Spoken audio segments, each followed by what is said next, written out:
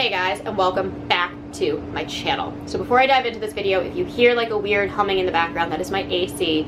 It is a gajillion degrees in Manhattan today, so I have to have the AC on while I'm filming this or I'm just going to be sweating everywhere. Also, I know normally I would be putting up my monthly wrap up now. I literally just got back from Miami, so I wanted to get this video up really quickly, and then I'll do my monthly wrap up, and then afterwards I will do part 2 of the like women being written in horror series that I put up a couple days ago. So I'm going to do the one where I talk about men writing women from a very feminist angle, so that'll be up very shortly as well. But we're going to dive into the May Twisted Retreat box.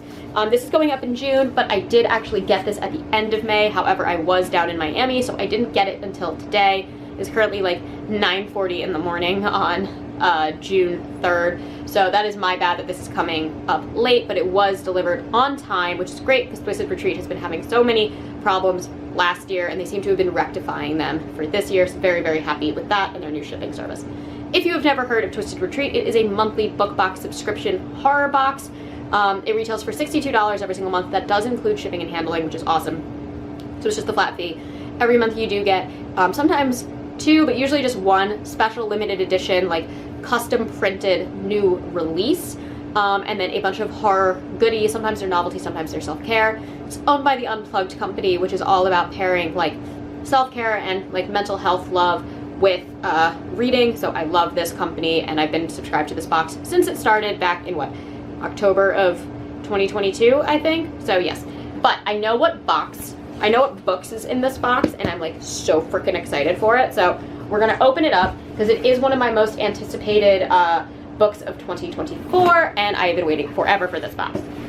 Like literally since they announced it, I've been so excited. So here is the box, and it says that this month's theme for May 2024 is murderous and malevolent, and we're gonna hold on to that spoiler card until the end. Let's see, we have a little note from them. It says, please read. Hi Twisted fam, in case you missed our email, the garden set vendor requested more time to complete these epic tools.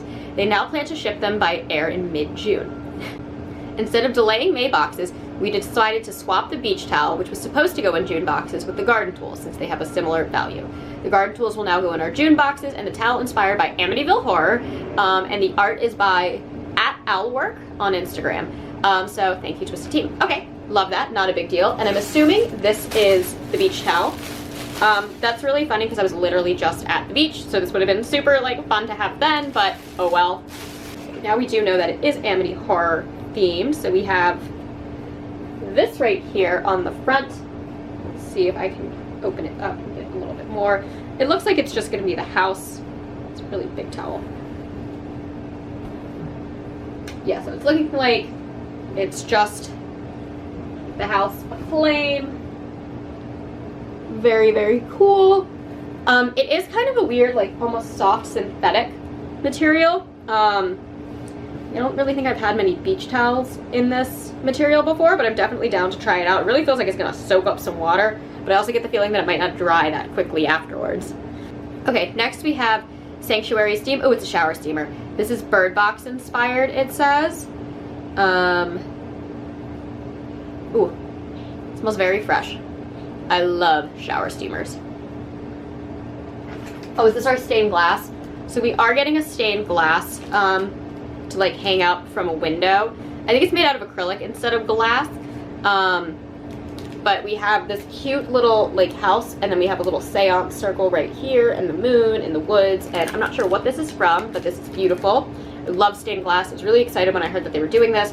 The reason it's done in a different material, I think, was so that it would have a better chance of surviving in the packing than a glass would. So they wanted to ensure that it wasn't going to break. They did have a whole email about that. So really excited for this.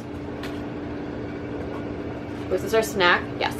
So this is Pink Strawberry Frosé, which is phrases and roses, which I'm assuming, yeah, that's strawberry, right? That's French for strawberry. So it's just a little strawberry rosé mix. And you're supposed to add it to rosé wine. And then you can put it in a blender with a cup of ice, and it makes strawberry frosé. That's really fun.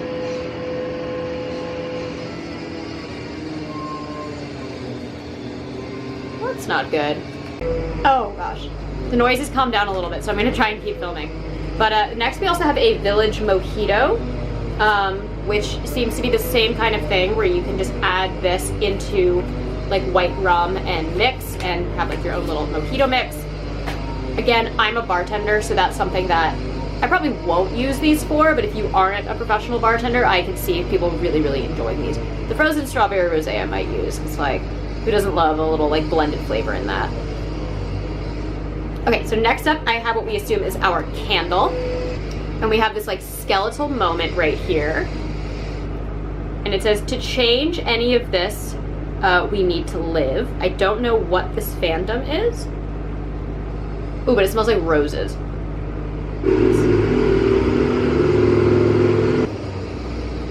So definitely like a fresh garden scent. Okay, so then we have this little white box here. We're gonna see what's in here. Okay, and this seems to be some sort of like pot, and there's like a cabin in the woods, so maybe it's like for camping. Maybe put like soup in here. I really don't know. It looks kind of like a dog bowl, to be honest.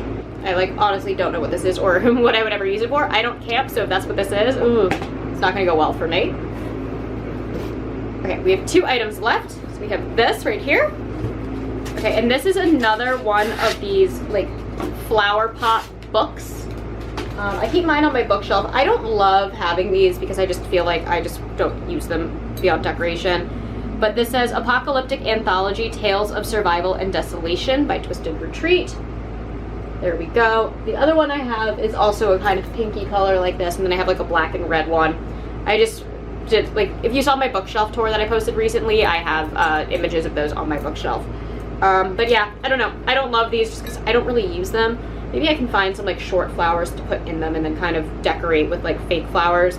But I don't know. It's a cute idea. I like that they do these little theme collections. Like they did the Outlander balls and Unplugged did all of the teacup sets.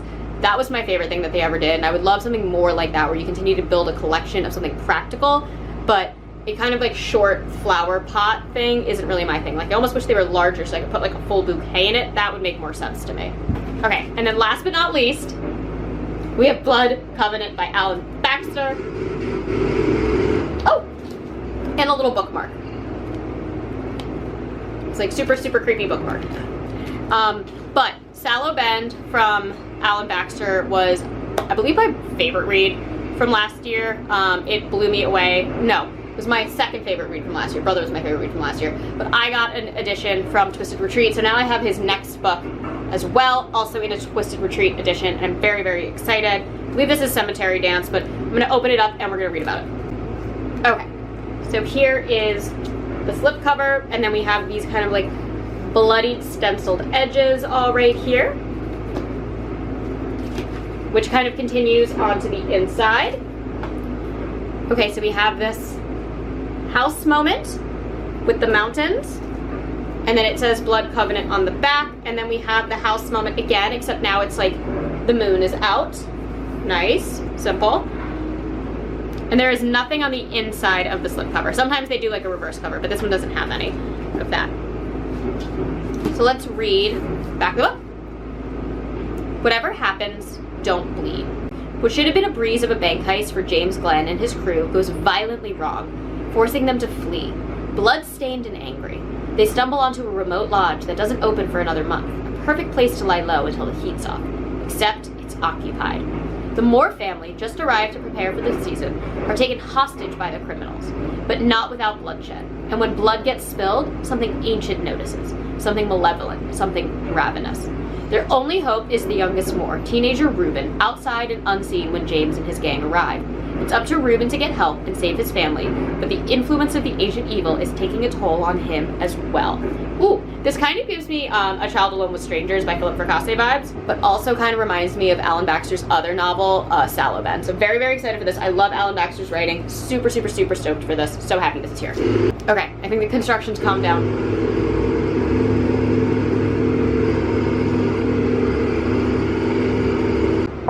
Okay, not even going to say that again. So let's go through the spoiler card.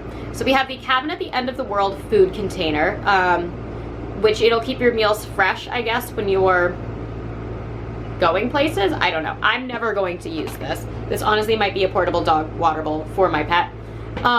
So we will be getting Brother-inspired gardening tools, which is awesome. I do love Brother. That's kind of funny that they're doing gardening tools, if you read the book. But instead we get the Amityville beach towel, which I'm very happy about. We get a book-shaped pot. We get the ritual stained glass. Oh, is this the cabin that they find in the first half of the ritual? That's awesome. The first half of the ritual is one of the best, scariest things I've read, and then the second half is just, This is a little on the nose, I feel, for the ritual, but I'm really, really happy with this. I really like this scene in general. I think it's really, really pretty. But it is made out of acrylic instead of glass, to help it, like, you know, survive. We get the bird box shower steamer, stoked on that. The Bone Orchard candle, which I actually own the Bone Orchard, but I still haven't read it, I don't believe. We get the Troop bookmark, which, okay, I haven't read the Troop, so I don't know what it is, but it is a very cool, scary image. And then the Frosé and Mojito mix. Okay, so then next month is Carnivals and Cornfields.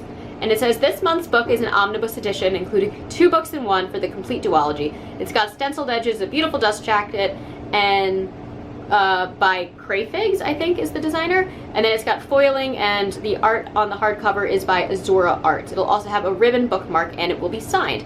It is not the Clown in the Cornfield duology, because I was really scared that that's what it was, because I read both of those books, and I own those books already. It's going to be another, like, Carnival and Cornfield themed thing.